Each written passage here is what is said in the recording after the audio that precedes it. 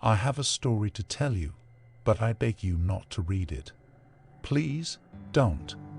I know it sounds stupid, but by the time you understand why, it will be too late. I know this will not deter many of you, but without this simple warning to ease my conscience, I may not be able to go through with this, and I desperately need to go through with this. Let me start at the beginning. I have an old friend, Joe, who I've known since grade school. I'm in my late 20s, so is he, and he's been my friend for at least half of that time. I'd say that we knew each other pretty well after all of that time. This may seem irrelevant and uninteresting, but I have to stress this. I know him, and I know him well. What he did was, it was nothing he ever could have done without some outside influence. On the night of Friday, January 23rd, I was driving to his apartment to pick him and his roommate up. We made plans to go out, hit a couple of bars, and generally have a good start to the weekend. When I arrived, there were several police cars and ambulances outside the complex. I was, of course, curious, as I, like many people, rarely see such sights. As I got closer, I noticed a body covered in a bag in the street, surrounded by glass, and no more than a few feet from a badly dented car. I'm rather horrified, concluding that someone was hit by a car and killed right outside the complex. As I finished gawking, I made my way inside and up the stairs to the 3rd floor. That's where my friend's apartment is, and that's where I found it wasn't a simple accident. The police were upstairs as well, talking to residents and taping off one of the apartments. My friend's apartment. Panicked, I asked one of the officers what happened, why my friend's apartment was taped off. I told him I was supposed to be meeting them for drinks, and asked if they were okay. The officer told me that it appeared that Joe had butchered his roommate with a kitchen knife and thrown himself through the plate glass sliding door into the street below. I was a ghost, shaken so badly I could barely answer the simple questions the officer asked me upon finding that I knew the victims. My mind couldn't process it. I knew him. He'd never do such an atrocity. It didn't make sense. I made my way back to my car in silence and drove home as though on autopilot. I couldn't get the shock of it all out of my head. My wife asked me what happened, and I explained it to her. She was shocked as well, but she didn't know him as I did. I told her I needed a bit of time and went to our room. She let me be. Lost, I found myself at my computer. I'm not really sure why I did it, but I found myself checking his email. I know the passwords he commonly used, so it was hardly an issue to find the right one. I thought perhaps he had friends online whom I needed to tell, or maybe I thought I'd find a window into what caused this. I really don't know. If I knew then what I know now, I would have never done what I did. I scrolled through his inbox, looking for familiar names. Joe and several friends kept in touch online, and I instantly recognized several of those names in the last few days. The most recently opened email was what looked like a spam email with an attachment and no other information. Curiosity got the better of me and I opened it. The file itself was a picture named nothing but a seemingly random string of numbers. It was simply a man, seemingly normal at a glance, but the longer I stared at it, the more disturbed I became. He stood staring with a grin sinister and unsettling, with eyes that were both vacant and focused at the same time.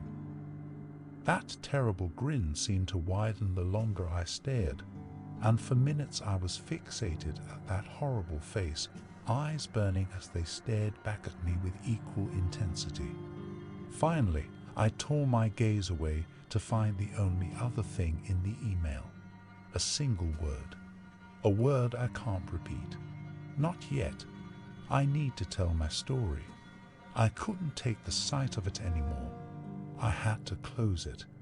The face was still looking at me. I swear I could still feel his grinning stare. As I went to log out of his email and put that horrid thing out of my mind, I noticed the time it arrived. January 23rd, 5:35 p.m. We were supposed to meet at 6. He likely saw this less than a half hour before he died. For the next several days, I tried to get it out of my mind. I attended my friend's funeral. I tried to go on with my life, but I kept feeling uneasy. Every time I closed my eyes, I felt like someone was watching me. At night, I started to have unsettling nightmares. I couldn't remember much of them when I awoke, but they all had the same elements. That horrible grinning man, blood, violence and death. I couldn't get a good night's sleep. I was struggling at work. I kept feeling tense and on edge. I needed to know what was going on. It was hard to really know what to look for at first. All I had to go on was that image and the single word that accompanied it.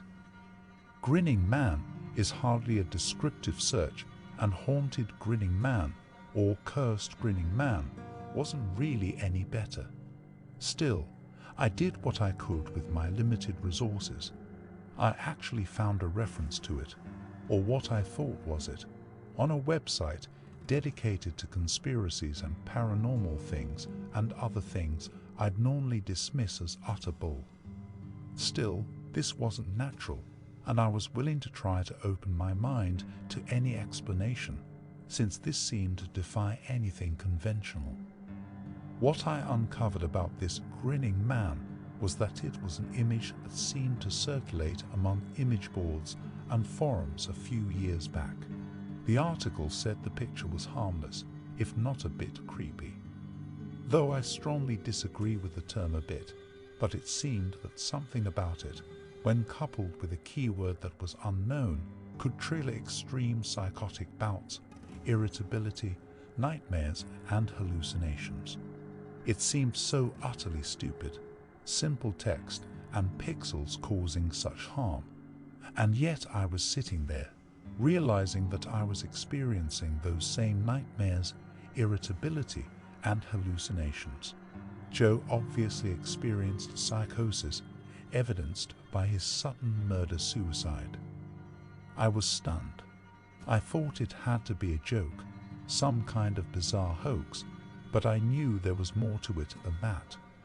I knew what I was feeling, and I knew my friend. That picture and that word had to be the key word. What triggers everything? Oh God, was this going to happen to me too? Was I going to kill my wife, and then myself? I started to panic, but my rational mind won over. If it was just paranoia and hallucinations, those couldn't hurt me, right? They only had power if I gave them power. I decided that I would end this, put it out of my mind, and rationalize it away each time I felt it. That would be the end of it all. As much as my rational brain helped me through the day, it couldn't protect me at night. My dreams continued to degrade, ending in me waking in the middle of the night, cold sweats and heart pounding. I started taking sleeping pills, though I refused to tell my wife. I didn't want her to worry, though I knew she could tell something was wrong with me. The pills did nothing though. In fact, they seemed to make my dreams more vivid. I could remember everything when I awoke, every horrible, bloody detail, that grinning, inhuman face. I found I started sleepwalking. The first night I woke cold in the bathtub, then in the kitchen. 3 days later, with a knife in my hand and the bloody remains of our black lab at my feet. I can't even remember the next things that happened after that. I know I cleaned up our dog, hid him in a trash bag, and said he ran off in the night and got lost.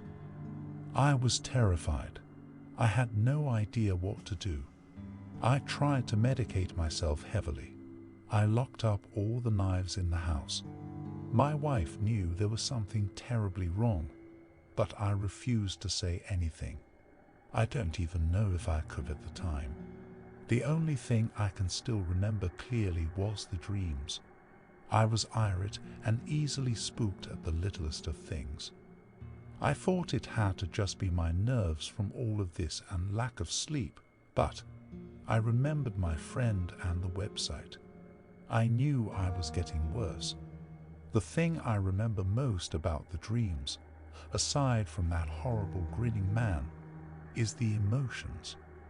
I felt each death that was inflicted in the dream like it was real. Like it was my own hand disemboweling my friends, my family, and random strangers against my own will. Like each death, each vision of terror he showed me was not just a vision, but my own work. Each horrible death in the dream made him grin a little wider. He wanted me to snap. He wanted me to become exactly what he was showing me. He wanted me to become him. So, I come here to tell you this because I'm desperate. I need help. You see, I can't bear the thought of harming my wife, the woman I love most in this world. Yet I know it's inevitable. He's always there, watching and grinning, knowing I'm close to breaking and nudging me ever closer to the edge. I know what he wants. I can't let him have that. I don't know any other way out. I'm reaching out to you in hopes that he'll leave me alone. Maybe if you, the careless reader who I warned away, will give him what he wants, he'll let me be. I have to try. I don't know what else to do. I'm so sorry. I hope you can forgive a man for acting in desperation.